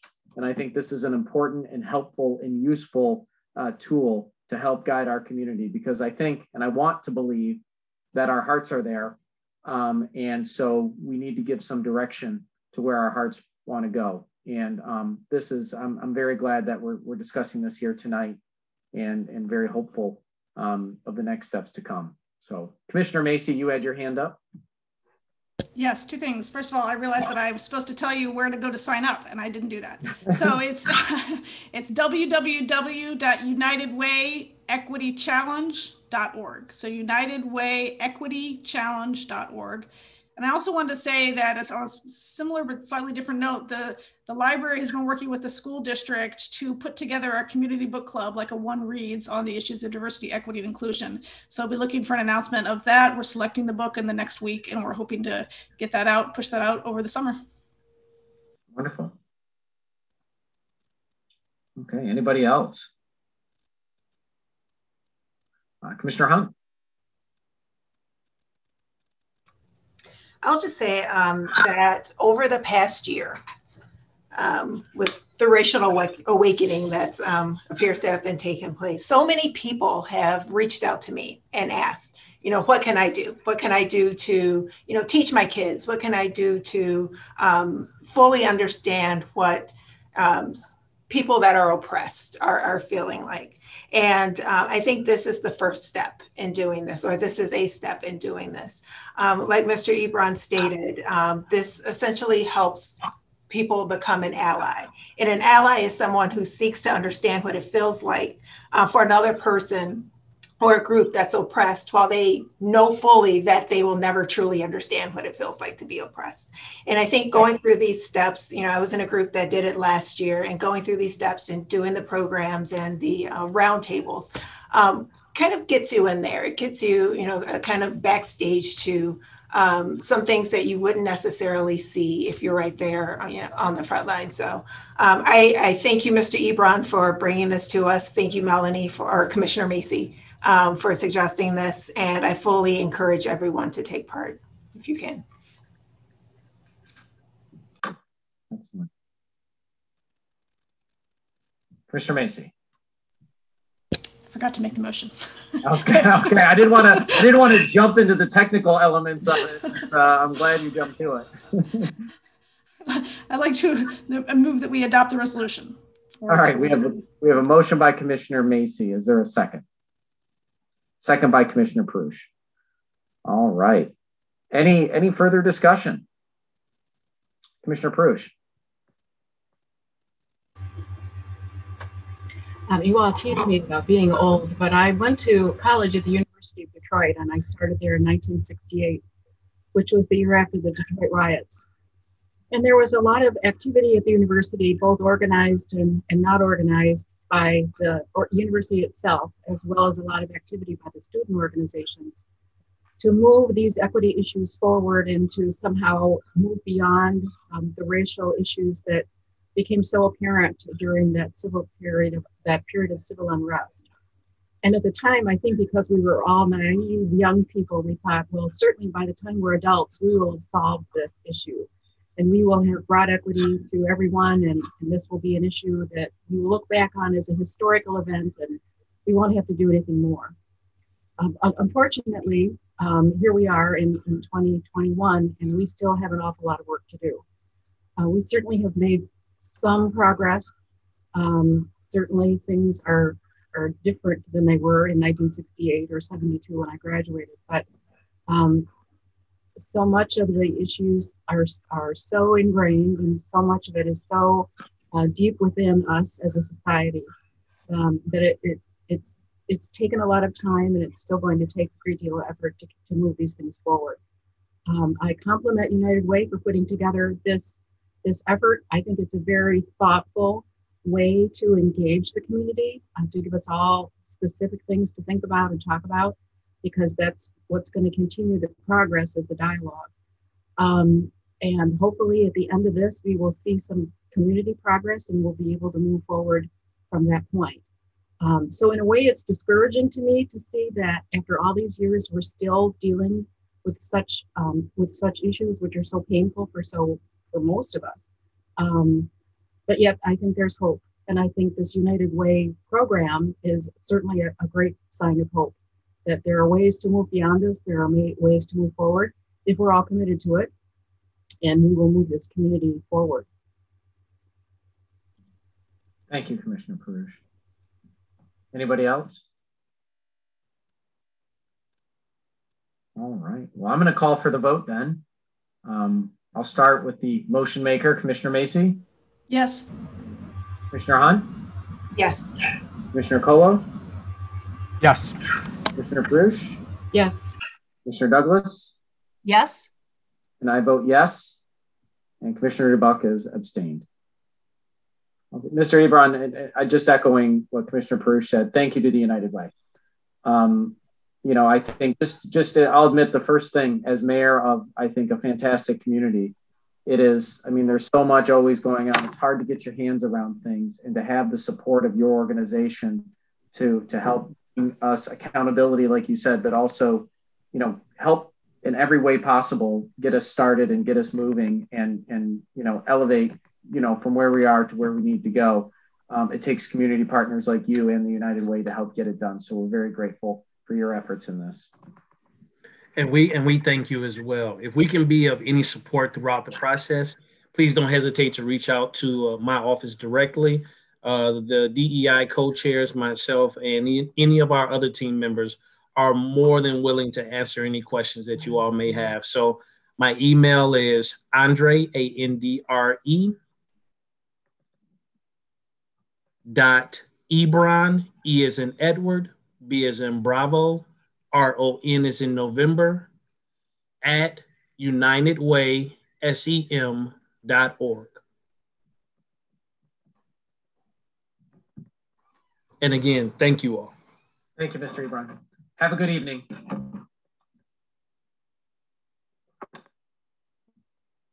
All right.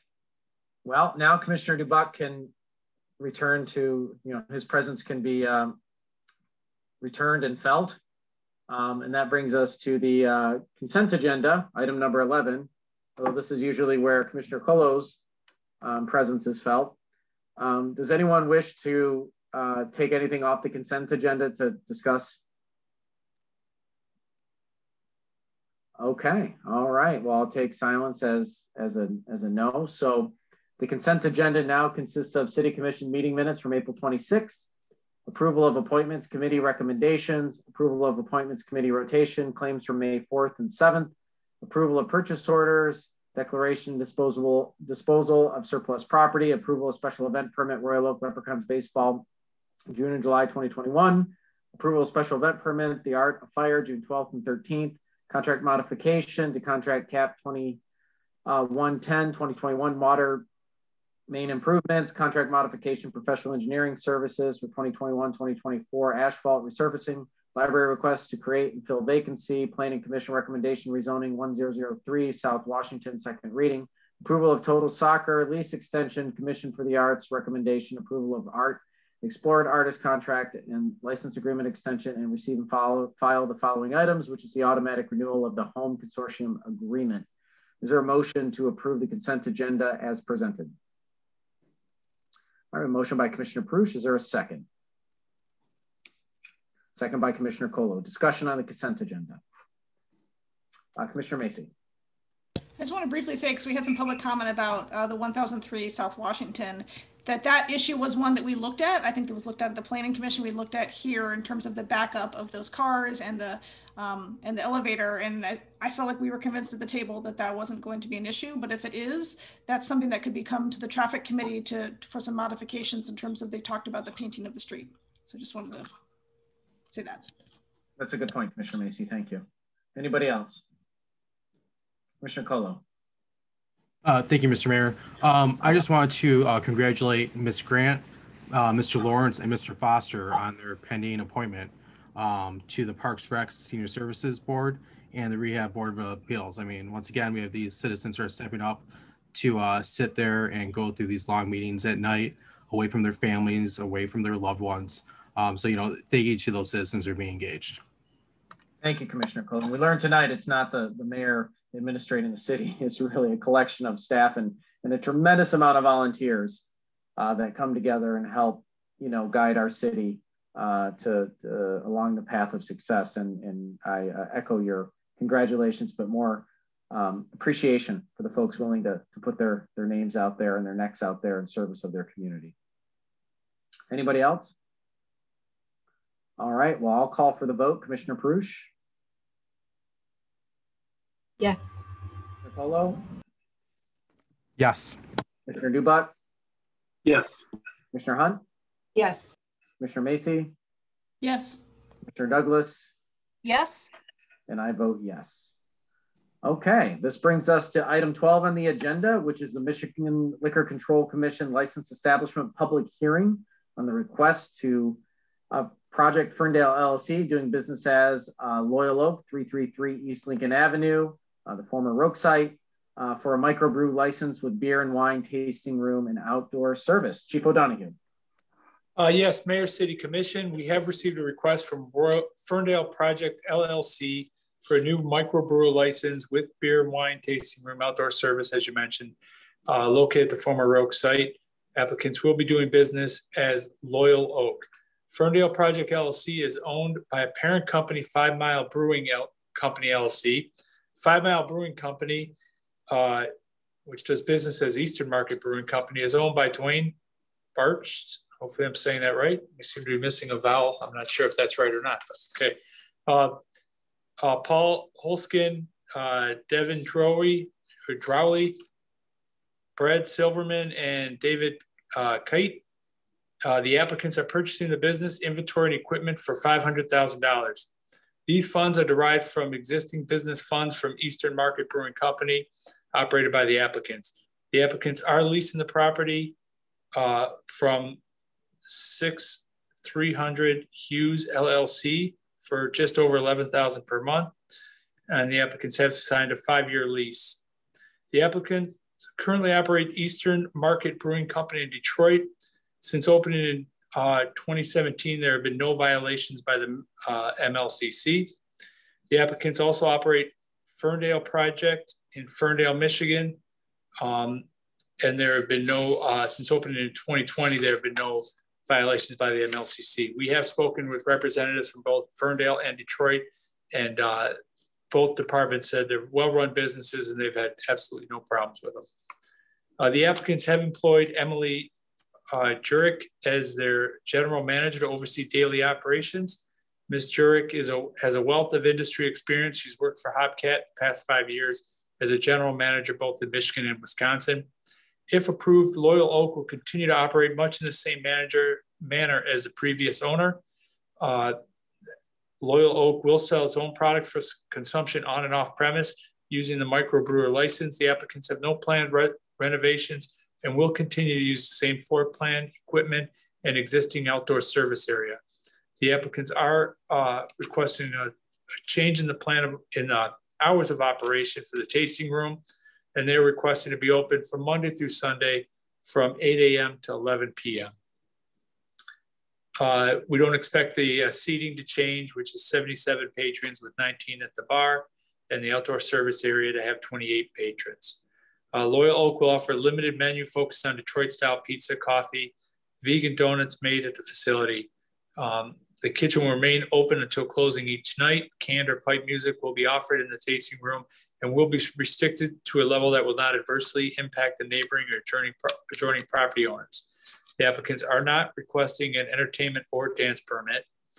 Our findings indicate that they are quality business owners, and we have no concerns or don't believe this will cause any strain on police resources. If approved, the applicants will have to comply with all planning, zoning, building requirements and restrictions. And the city ordinance does require the city commission to approve their attached plan of operation. Thank you, Chief O'Donoghue. Does anyone have questions for the chief at this point? Okay, we don't have any questions for the chief. We do have a public hearing. Before I open up the public hearing, I see we have Mr. Barch here. Did I pronounce your name correctly, sir? Okay.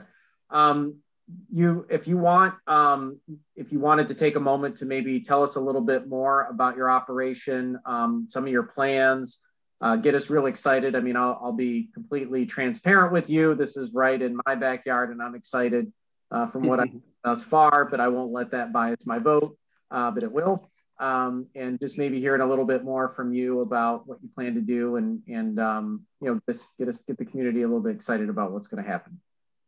Absolutely. Can you hear me okay? Yep, we can hear you great now. Okay, perfect. So I'm the founder of Eastern Market Brewing Company. We opened in 2017 in Detroit in Eastern Market. And we've had some pretty rapid growth since then. Last year, we opened a second location in Ferndale. We took over the previous Axel Brewing site on Livernois. Unfortunately, we opened about a week before the pandemic hit, and had to very quickly pivot. And our team did an incredible job. Throughout 2020, we launched a number of separate ventures, which had different levels of success. I challenged the team to come up with a new business concept every day for 10 days. And those are the reasons why that we looked to expand. The most successful of which was a delivery service. We launched a beer delivery service and started selling beer directly to people's homes, which is allowed through our brewing permit. And that really helped us get through the pandemic last year. We also had a couple big surprises. We started making Detroit style pizza. We just thought it was the best product that we could deliver to people during the pandemic in a safe way. And that pizza business took off. And probably the most surprising was we started making vegan donuts, and those had a lot of success and have continued to grow. So we were looking for additional space nearby our Ferndale location. And right around that time, WROK announced that they were closing. And we were in touch with the landlords and discussed taking over the space. At the time, we weren't looking for another brewing facility. We were just looking for space to warehouse our delivery service, and then space to make pizza and donuts. And it just so happened that WROK's kitchen had a pizza oven and was perfect for pizzas, and then had a significant amount of space. They ended up putting their equipment on auction, and we were able to purchase a lot of their equipment, which will allow us to expand our brewing. One style of beer that we haven't really been able to do is barrel-aged beers because we don't have the space for it. So we're really excited about the extra space in Royal Oak at the former WROK facility for barrel aging beer. So that's going to be the focus of the styles of beer that we make there. We also, it was mentioned that we're going to open earlier. We also own a coffee company called Ash. It's based in Detroit. So at our Ferndale location, we sell coffee in the mornings as well as donuts, and then kind of transition to beer in the afternoons and evenings. And so we'd like to do the same thing in the Royal Oak space. Wow. Beer, donuts, pizza. Yeah, trifecta.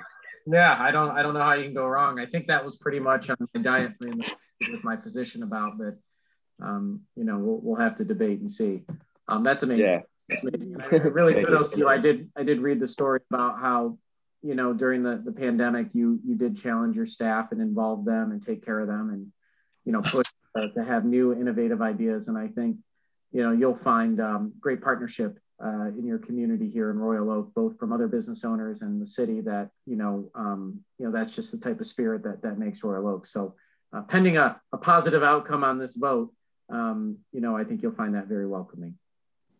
Thank you. Yeah, I've already had a number of reach outs, and it's all been really positive, which has been cool to see.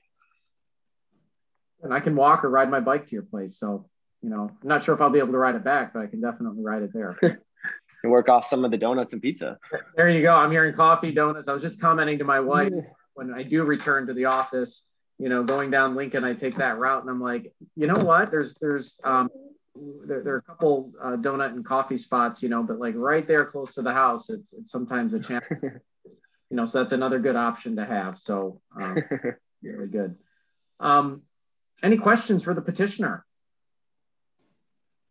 Mr. Colo. Thank you, Mr. Mayor. And while you may be in its backyard, I am a stone's throw away, so I'm a little bit closer than the mayor there. And I'm so when you stumble home one day, you can just stop at my house if you need. I'm very excited to have this in my neighborhood. Actually, this is we actually got a letter today from the neighborhood association to most of the commissioners in support of this. And I recall at the time of WROK, there was a this little uproar in the neighborhood about having the brewery there, which is and as it turned out, WROK was a good neighbor, and I'm very excited for you to also be a good neighbor. I'm excited. You know, I'm a big fan of your beer, actually. So I'm excited for this. Can you tell me a little bit more about your pizza? I mean, do you have a chef on? What are you doing with your pizza? Is it are you guys just kind of standing in the kitchen throwing some stuff on the tray, see what tastes good, or how are you going about this? No, we actually one of the businesses that we came up with was a Detroit style pizza company, and it was actually the brainchild of one of our brewers. He claimed he could make pizza. And so I told him to get in the kitchen and whip it up. And he said it takes 48 hours to ferment the dough. And I was like, all right, this guy actually knows what he's talking about. And a couple of days later, he came out with the pizza, and it was some of the best pizza I had ever had. But he wasn't happy with it and kept fine tuning it. And so we got quite a following for the pizza. But when things started to open back up and we allowed people on our patio, we just didn't have space in our kitchen in Ferndale. So we ended up stopping pizza, and we're actually going to relaunch it under a new brand, which we're calling Assembly Pizza. And so once we have permission to operate out of the space, we're going to launch it. And it's going to be delivered through our delivery service. That's great, and it sounds innovative. I'm excited for you and what you're going to bring to the community. So thank you. Thank you. We're excited to be part of it. So just a quick question on timing. What do you? I mean, not to jinx you or anything, but what's your your high level milestones here? Yeah, so we're definitely phasing it out. The first phase is moving our delivery service, which is called Peddler, over to the space, and then launching the pizza component. And so I don't anticipate having people in the space for that phase or the next phase. The next phase will be brewing over in the space. We've ran out of brewing capacity at both of our locations, so that'll help free it up. And then the last phase would actually be opening the facility to the public. The team, we worked really hard last year. We had a lot of success, but it wasn't easy. There was a lot of 7-day weeks across the entire team. And so we've all made a commitment to each other that we're going to find some time this year to take time off and have some shorter days. I just had twin boys. So actually, thank you. I'm going to do a feeding in about an hour with my wife, and then probably about 4 more tonight. So I personally am like, all right, let's take it slow. So it might sound somewhat counterintuitive that we're expanding when we're all trying to take some time. But we just found that we were stuffing too many businesses and ventures into our current spaces. And so this larger space will allow us to have some space and kind of focus on different things. So we're really excited about being in this much larger space in Royal Oak. Wonderful. Wonderful. All right. Commissioner Douglas. Yes, as with Commissioner Colo, I remember when WROK's arrival or proposal in this area was Sodom and Gomorrah in the south end of the city. And the neighborhood rose up with pitchforks to protest, people like, throwing up on their lawns. And I guess it worked out okay, because I was delighted to see the Lawson Park Homeowners Association come to us with their blessings and their appreciation. And just very happy to see that a pretty specific, purposely built building, that is WROK for brewing and food service, has proved to be as versatile as it is. And so I'm delighted to have you here, and delighted to vote in favor of this motion. And I would say that if there isn't any other comment, I will make a motion to approve the plan of operation. Commissioner Douglas, I will come right back to you. I just got to open up the public real quick on a technicality basis. So let me do that real quick. I'm going to open up the public hearing. I think I know the answer. Ms. Schwanger, were there any comments that came in for this particular hearing this evening? Fournier and members of the City Commission, there was no public comment received regarding this petitioner's request. Thank you, Ms. Schwanger. So I'm going to close the public hearing, and I'm going to give Commissioner Douglas the floor again. I move we approve the plan of operation. All right, we have a motion by Commissioner Douglas. Is there a second? Second by Commissioner Colo. All right, discussion. I think we hashed it out a little bit here. All right. Okay. Well, I'm going to call for the vote. We'll start with Commissioner Perush. Yes. Commissioner Colo. Yes. Commissioner Dubak. Yes. Commissioner Hunt. Yes. Commissioner Macy. Yes. Commissioner Douglas. Yes. And I vote yes. Unanimous vote here, Mr. Bartsch. Congratulations. We're eager to welcome you. Keep us posted on your progress. If you need anything, just give a ring. We're a big town, but we're a small enough town that, you know, our staff and members of the commission are only a call away. And good luck with your new twins there, and congratulations. Thank you. Thank you. Yeah, I appreciate everything. I'm sure I'll be seeing you around soon. Thank you. Sounds great. Take care. All right. I think this brings us to the last item on our agenda tonight, which is, you know, I didn't fully write it out, but it's the second budget session discussion on some times. I'll hand it over to Mr. Bray. Okay. All right. Well, thank you, Mayor Fournier. As I reached out and sent an email to you and the rest of the City Commission, it was brought to our attention that County Executive Coulter will be giving a State of the County address that potentially conflicts with our second budget workshop. That workshop is scheduled on our calendar on Wednesday, May 19th, starting at 6 p.m. And this address that will be held here in Royal Oak at the Stagecrafters Theater starts at 7 p.m. So the staff suggestion is that if you would so indulge, if we could meet earlier, late in the afternoon. I realize with work schedules, but if that's something that can be, folks can accommodate that would otherwise have a conflict, proposing to start at either 4 or 5 o'clock. We have explored other days, but as we're conducting these virtual meetings, that it becomes increasingly challenging to accommodate all these different schedule requests. So throwing that out for your consideration, if that's something, if we could start at an earlier time and stop in time for anyone that would like to attend this event in person. So I'll just throw it out there. My calendar shows I can start probably at 4:30. 4:30, okay. Yeah, I don't know. I'll just kind of get the bidding going. Increments of 15 minutes. Does anyone have a conflict with that? I know Commissioner Dubak is a workhorse. Yes, Commissioner Dubak. I'm sorry, which date are we talking about again? 19th of May. Yeah, so it's a week from Wednesday.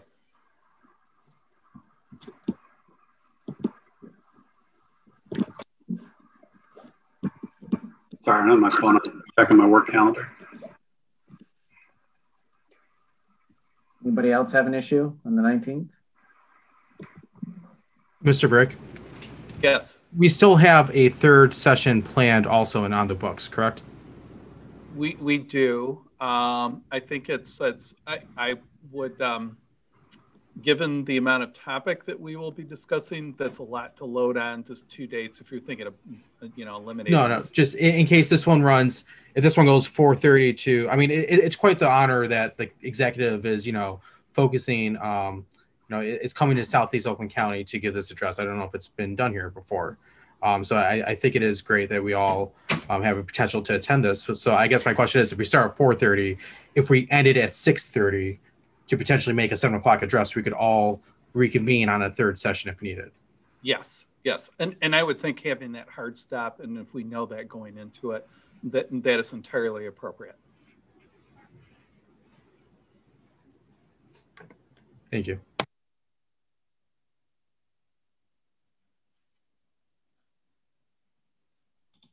Anybody else? Oh, I see. Sorry, my error message is popping up here. Commissioner Douglas, right in front of you. Yeah, I would move that we change the meeting on Wednesday, May 19th to begin at to run from 4:30 to 6:30 p.m. Motion by Commissioner Douglas. Is there a second? Second by Commissioner Perush. I'm just putting it in my calendar while we do this.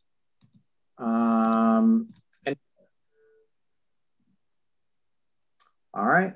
With none, I will call for the vote. We'll start with Commissioner Douglas. Yes. Commissioner Macy. Yes. Commissioner Hunt. Yes. Dubak?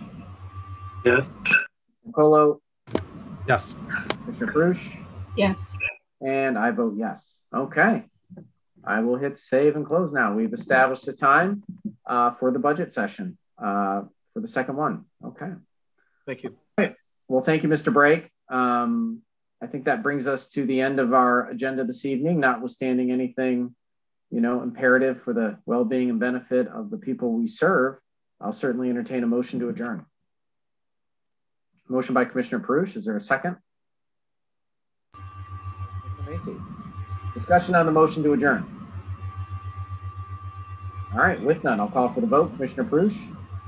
Yes. Commissioner Colo? Yes. Commissioner Dubak? Yes. Commissioner Hunt? Yes. Commissioner Macy? Yes. Commissioner Douglas? Yes. And I vote yes, and we are adjourned. Big thanks to staff for all your preparation tonight. We really appreciate it. We know a lot of hard work goes into preparing for these meetings. Thank you to everyone who's tuning in. Thank you to all the people who left public comment. Thank you, Henry, for letting us borrow your dad tonight. And, I wish everyone a very safe and healthy next couple of weeks here until we meet again. Take care. Have a good one. Bye.